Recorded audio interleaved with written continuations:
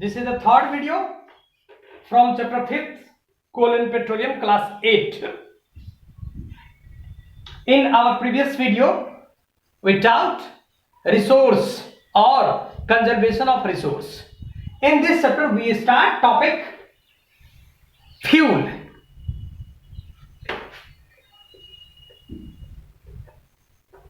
Fuel, the substance that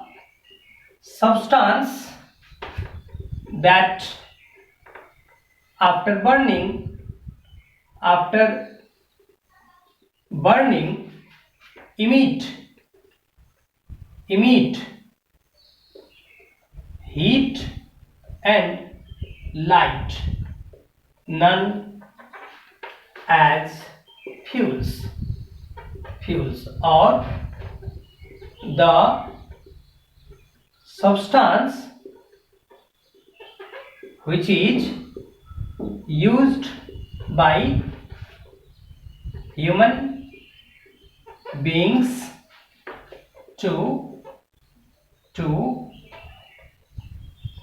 create light and heat, known as fuels.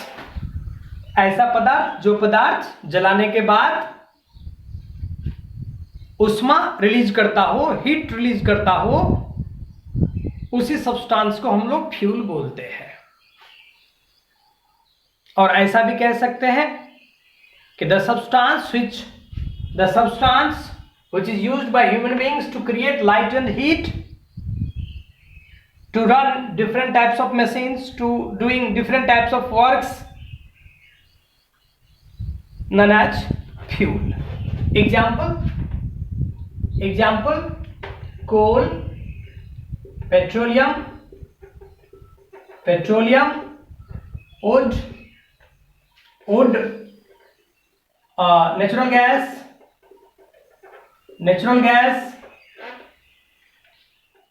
animal dung, etc. इन सभी को हम लोग fuels के कैटेगरी में रखते हैं, फ्यूल कहते हैं. फ्यूल, वैसे तो फ्यूल डिफरेंट टाइप्स का होता है. On the basis of nature of fuel को हम लोग 3 कैटेगरी में डिवाइड करते हैं: solid fuel, liquid fuel, gaseous fuel. Solid fuel, wood ले लीजिए, कोल ले लीजिए, एनिमल डंग ले लीजिए, all are solid fuel. Liquid fuel, petrol, diesel, kerosene, liquid fuel. Gaseous fuel, CNG and LPG.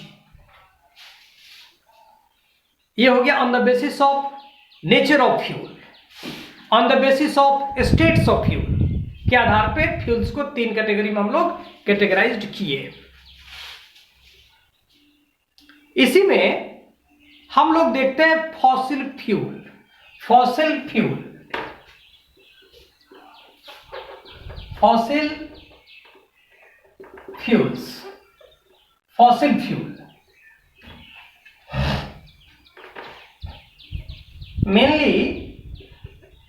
mainly coal and petroleum is known as fossil fuels. कोल और petroleum को fossil fuel बोला जाता है. एक टर्म देखिए यहां पे, फॉसिल फ्यूल. फॉसिल का मतलब होता है जीवाश्म, फ्यूल ईंधन, जीवाश्म ईंधन. हिंदी में फॉसिल फ्यूल को जीवाश्म ईंधन कहते हैं. अब जीवाश्म को थोड़ा सा सिंप्लीफाई करते हैं. During millions of years ago, 300 million year ago, जब इस पृथ्वी पे ह्यूमन पॉपुलेशन नहीं के बराबर था, बहुत कम था, and all land parts are covered with a dense forest.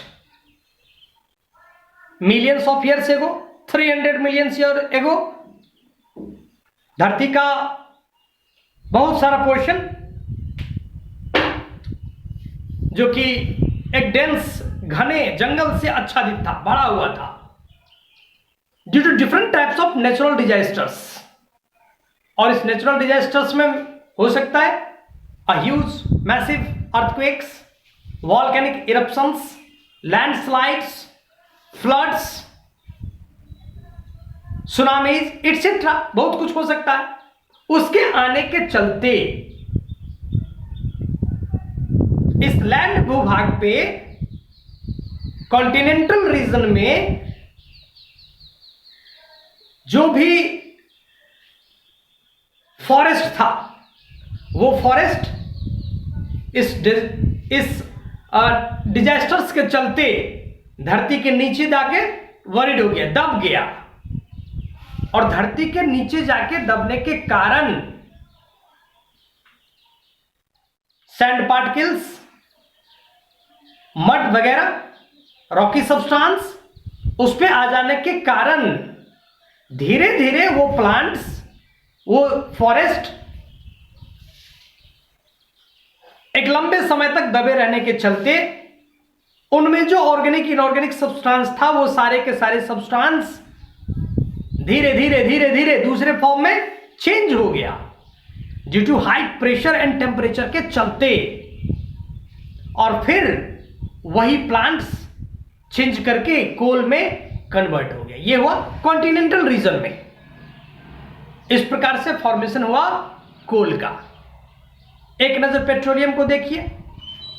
Petroleum दो टर्म के आपस में मिलने से बना हुआ है, एक पेट्रा और दूसरा ओलियम। पेट्रोलियम पेट्रा, ओलियम का मीन्स होता है ऑयल। अब पेट्रा का मीन्स होता है बिटवीन द रॉक्स। ऐसा हुआ कि ये जो आपको नेचुरल डिजास्टर्स के बारे में कहे, तो ये नेचुरल डिजास्टर्स कॉन्टिनेंटल रीजन में भी आया होगा और नेचुरल डिजास्टर्स ओशनिक रीजन में भी आया होगा। ओशनिक रीजन में पाए जाने वाले लिविंग बीइंग्स में भी प्लांट, एनिमल्स जो भी हो, पानी में रहने वाले जो भी जीव हो, वे सारे के सारे जीव इसी नेचुरल डिजास्टर वगैरह के चलते ओशन के फ्लोर में जाके दब गए, ओशन के फ्लोर में जाके सेटल डाउन कर गए। और इस ओशन के फ्लोर में दबने के चलते उनके ऊपर में ओशन में पाए जाने वाला सैंड पार्टिकल्स, रॉक पार्टिकल्स, ये सब मड वगैरह उस पे जाके आ गया। और फिर एक लंबे समय के बाद, जिसमें हम लोग कहते हैं आपको कि मिलियंस ऑफ ईयर्स एगो, तो मिलियंस ऑफ ईयर लग गया इस प्रोसेस को। और मिलियंस ऑफ ईयर्स में वो सारे के सारे ओशन के फ्लोर में दबे रहने के चलते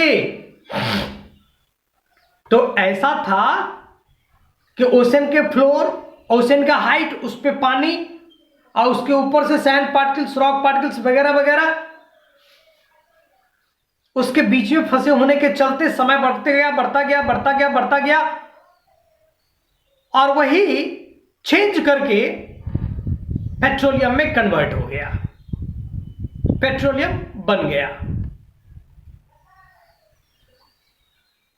तो इस प्रकार से कॉन्टिनेंटल रीजन में जो भी नेचुरल डिजास्टर्स आया, उसके चलते कोल का फॉर्मेशन हुआ और ओशन के फ्लोर में जो आई, उसके चलते पेट्रोलियम का फॉर्मेशन हुआ।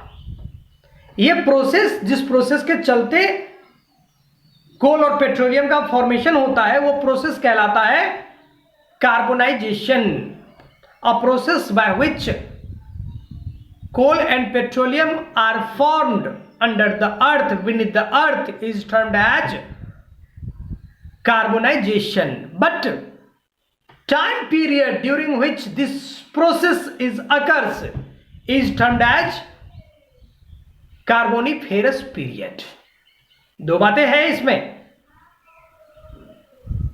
फॉर्मेशन का होना, वो प्रोसेस कहलाया कार्बोनाइजेशन, जिसके चलते कार्बन वगैरह कोल में कन्वर्ट हुआ, और जिस टाइम पीरियड के दौरान यह प्रोसेस हुआ उस टाइम पीरियड को हम लोग बोलते हैं coniferous period, Carboniferous period, Carboniferous period और एज जो भी कहिए। तो इस प्रकार से फॉसिल फ्यूल का फॉर्मेशन हुआ, जन्म हुआ। ठीक है, फॉसिल फ्यूल, इसमें इसको थोड़ा सा दूसरे ढंग से हम लोग डिफाइन करते हैं।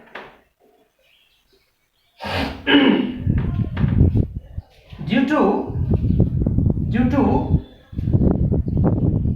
different types of natural disasters, example landslide, tsunamis, earthquake,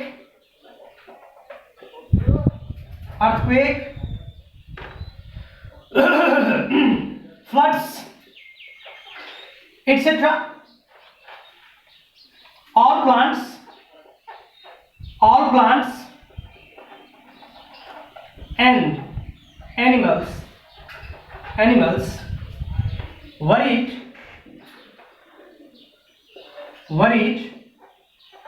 under the earth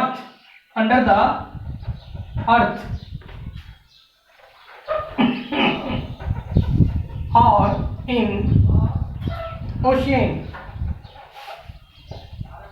due to great pressure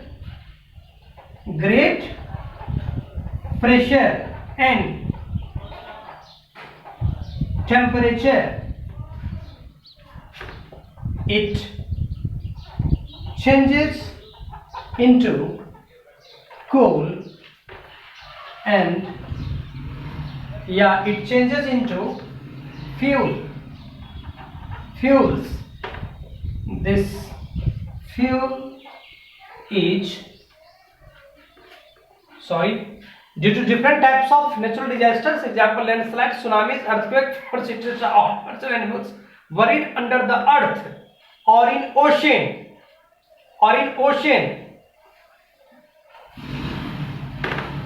in a long period of times or approx 3 millions due to great pressure and temperature. It changes into fuels. This fuel is known as fossil fuels. उस ईंधन को हम लोग fossil fuel बोलते हैं।